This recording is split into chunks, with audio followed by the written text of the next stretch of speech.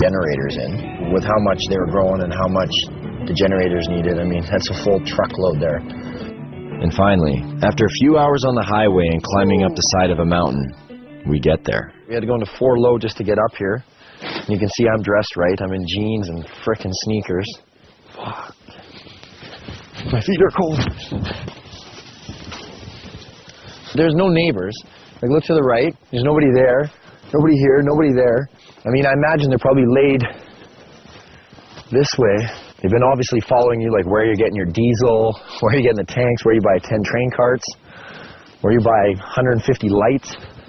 These are diesel pumps, and it looks like there's still diesel leaking in these things here. This is how you got down there.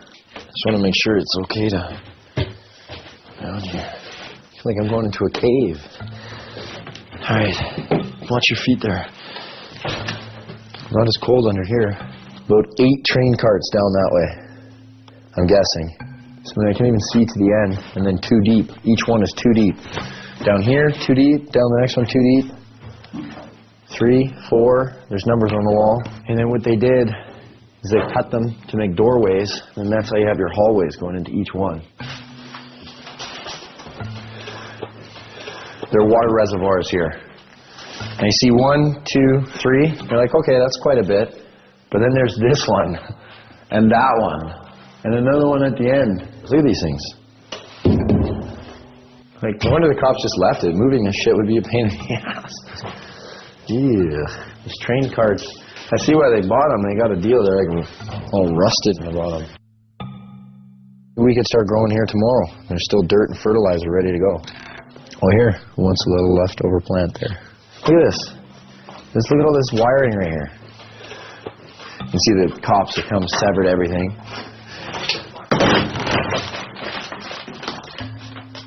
What are those chains for? Chains are where they were hanging the lights. The reason why they use the chains is because then they can adjust the height. You know what? Actually, you want to get me to run all the way down to see how far away I am?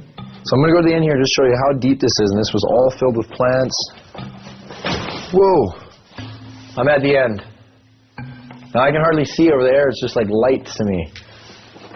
This is how far away, like to give you an idea just how big this is. Oh, it's a trek just to get back to where you guys are. And you're going to see a lot of repetition because here it goes again. Bang. All the way down. When it said in the paper 20, it's got to be 10 long and 2 deep each one, because then you got your 20 carts. Man, I wish we could have seen that while it was still rolling. That is crazy. You wouldn't know there's a law here. Check this out.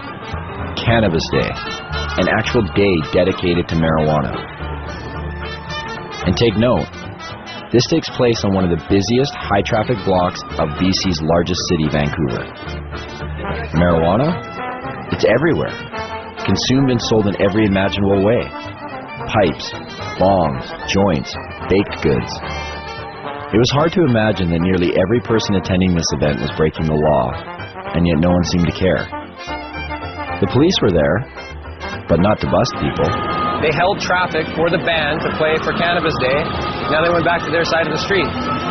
Sure, no problem, brother. No problem. Flying with the 5-0. One of the organizers told me that in all the years this event has taken place, there's never been a violent incident, except once, by a man who's believed to be under the influence of alcohol. We heard there was a jazz festival happening at the same time on the other side of the block. It wasn't doing quite as well, but there was one group doing all right. Right up there, as you can see, still Cannabis Day going on, but right here, not even a block away, is a church retreat, and they're selling donuts. I was like, well, what do you guys think about the rally? And they're like, we need to pray for them. And I was like, what? You guys are selling food for them, right? And that's, I'm sure they've sold record amounts today, I guess, too. So we'll see. We'll get an interview here shortly, hopefully. The interview never came. There was so much marijuana, it was unbelievable. I think we almost all got contact highs just from being around the smoke. But I did get a donut. I did purchase some of these on the way out. Those church girls got me. A culture of marijuana has been established in BC. From paraphernalia to cafes, from seed selling to its very own political party, the BC Marijuana Party, even bakers.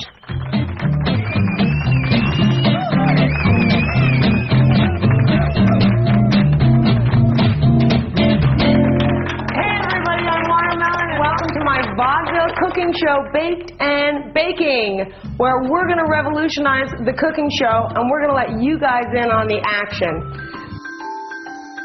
Meet Watermelon Girl. She's made a name for herself as BC's only drug dealing, nudist, comic, pin-up baker. Did I get all that in?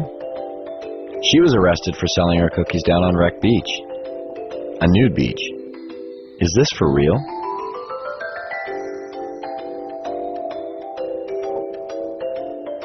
I'm like the Heidi Fleiss of weed. I tell everybody, like lawyers, doctors, like there's no proverbial yo G, you know, like none of those. Like all professionals come in through my house.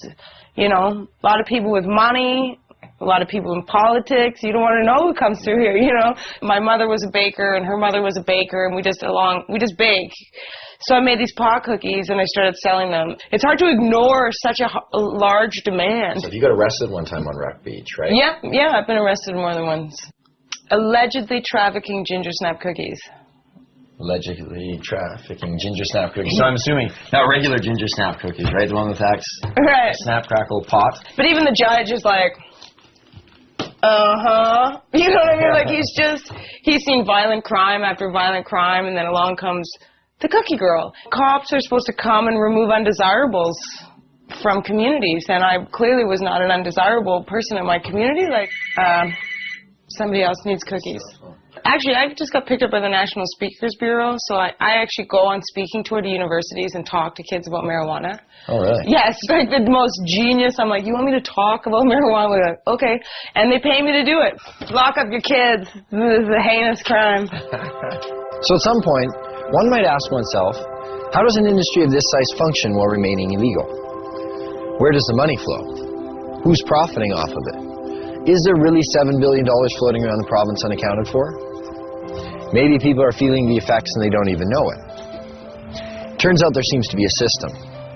Some have even given the system a name.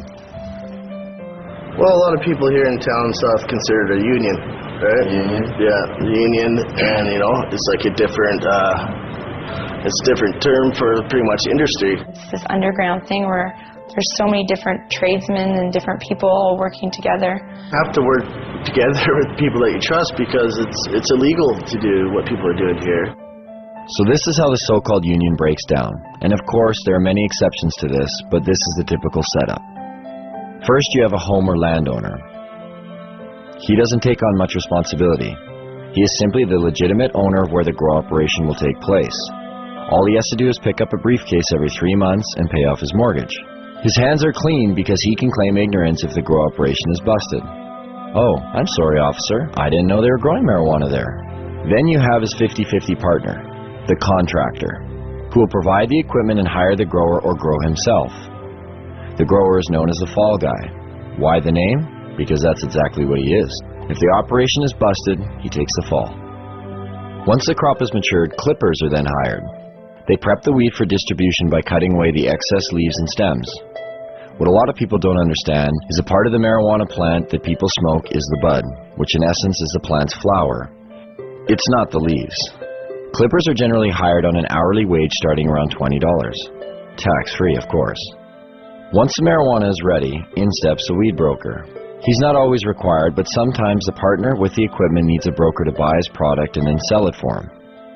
In the event that a broker is required, it usually means the weed is headed south to the United States. In that case, the broker will buy the pot for somewhere between $1,800 and $2,000 a pound. He'll then hire a border jumper, a risk taker, someone who has the balls and hopefully the wits to get the product over the border. Some of the most common ways?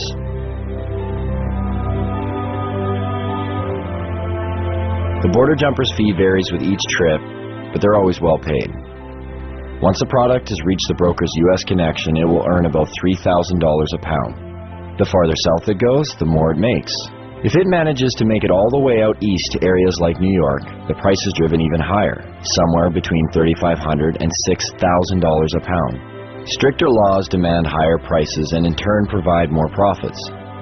In Miami, 7 to 8 pounds of BC bud will trade for 1 kilo of pure yayo. Cocaine.